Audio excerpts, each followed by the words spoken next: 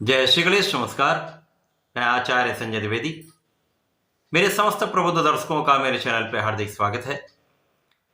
प्रिय दर्शकों, वर्तमान समय में 11 फरवरी को बुध अपनी राशि का परिवर्तन कर चुके हैं, जो 9 ग्रहों में युवराज हैं तथा अपना संपूर्ण प्रभाव अतिशीघ्र प्रदान करते हैं। इसी प्रकार से 12 फरवरी को सूर्य का भी राशि परिवर्तन हो जाएगा। सूर्य और बुध दोनों के दोनों कुंभ राशि में प्रवेश कर रहे हैं, जिसके कारण यहां पर कुंभ राशि में एक त्रिग्रही योग का निर्माण होने जा रहा है, क्योंकि पहले से ही वहां पर शनिदेव का अपनी मूल त्रिकोण राशि कुंभ राशि में गोचर चल रहा है। अब इन तीन ग्रहों का जब संयोजन बनेगा तो निश्चित रूप से अत्यंत प्रबल स्थिति बनने वाली है, जो समस्त राशि के जातकों को कुछ विशेष लाभ देने वाली है। आज मैं मेष राशि के लिए सूर्य और बुध के राशि परिवर्तन का तथा त्रिग्रही योग से बनने वाले योगों का किस प्रकार का लाभ प्राप्त होने वाला है, किन किन भावों में वृद्धि होगी, इस समय में आप कितना लाभ प्राप्त कर पाएंगे, अथवा कहीं पर कोई समस्या हो रही या आ सकती है तो उसका क्या निराकरण, संपूर्ण विश्लेषण मैं पूर्ण तर्क के साथ करने जा रहा हूं। प्रिय दर्शकों, इस राशिफल को आप अपने लग्न तथा राशि दोनों के अनुसार देख सकते हैं। मेष राशि के लिए यदि हम अवलोकन करें तो सूर्यदेव आपके पंचम भाव के स्वामी हैं। सूर्यदेव का गोचर आपके एकादश भाव में प्रारंभ हो रहा है। एकादश भाव में एकादश भाव के स्वामी शनिदेव होंगे, जो लाभेश भी हैं तथा आपके कर्मेश भी हैं। तो ये अत्यंत प्रबल स्थिति बनेगी। लाभेश कर्मेश का गोचर पंचमेश के साथ होगा। इसी प्रकार से बुध, जो कि मेष राशि के लिए आपके पराक्रमेश हैं तथा षष्ठम भाव के स्वामी हैं, उनका गोचर भी आपके एकादश भाव लाभ भाव में होगा। तो लाभ भाव में मेष राशि के लिए त्रिग्रही योग का निर्माण हो रहा है। त्रिग्रही योग को हमेशा ही एक लाभदायक योग कहते हैं। अब मेष राशि के लिए लाभ भाव के स्वामी का, कर्म भाव के स्वामी का, ज्ञान के भाव के स्वामी का तथा पराक्रम के स्वामी का योग बन रहा है। निश्चित रूप से इन कारकत्व में वृद्धि हो जाए। इन सभी ग्रहों के कारक भाव में वृद्धि से आपके इस भाव की प्रबलता कई सौ गुना बढ़ने वाली। वैसे भी शनिदेव अत्यंत प्रभावी ग्रह हैं, एक लंबी अवधि के ग्रह हैं, जहां पर भी होते उस भाव को कई गुना प्रबल करते हैं। तो यहां पर आपका लाभ तो वैसे ही बढ़ रहा है, परंतु यहां पर सूर्य और बुध के आने से प्रबल बुधादित्य योग लाभ भाव का प्राप्त होगा। शनि और बुध का एक महायोग बनेगा। यद्यपि सूर्य और शनि का मित्रवत संबंध नहीं है, क्योंकि इन दोनों के बीच में मतभेद रहता है। सूर्यदेव राजा हैं, शनिदेव न्यायाधीश हैं। दोनों ही अपने उत्तरदायित्व को पूर्ण रूप से निभाते हैं।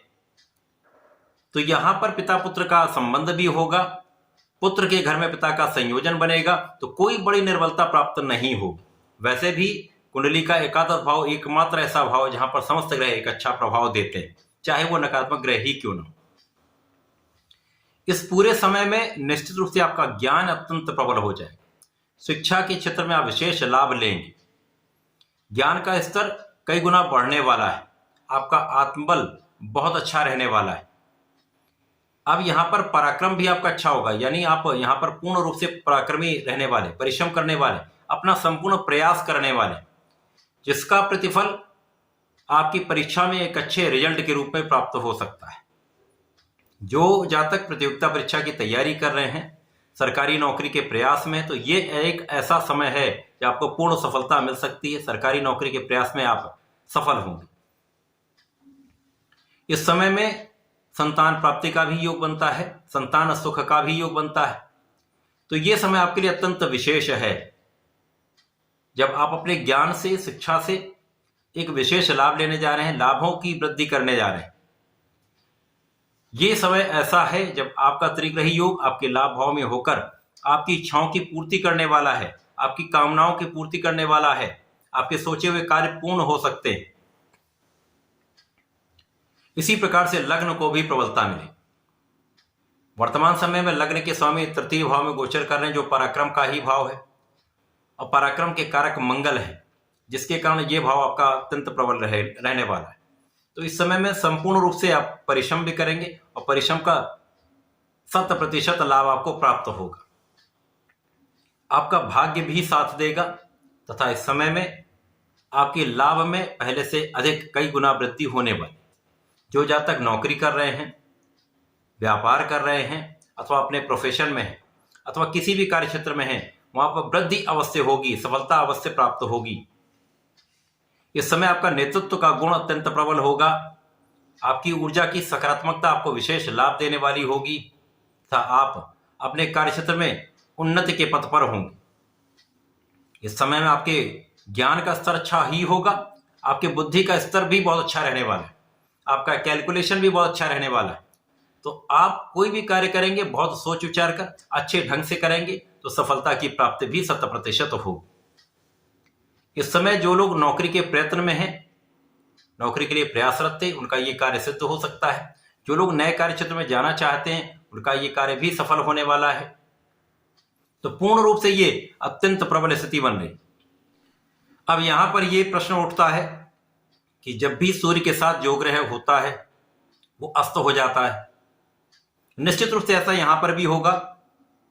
14 मार्च तक सूर्य एकादश भाव में रहने वाले हैं, जहां पर लाभेश के साथ इनका गोचर होगा। यहां पर शनिदेव भी अस्त अवस्था में आएंगे। बुध तो लगभग सूर्यदेव के साथ ही साथ चलते हैं, लगभग इनका गोचर भी सामान्य स्थिति में साथ ही साथ परिवर्तित होता है।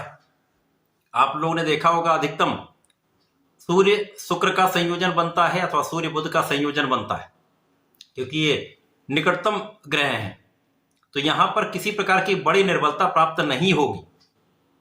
अस्त होने का यह अर्थ बिल्कुल भी नहीं है कि वो ग्रह अपना प्रभाव देना बंद कर देगा।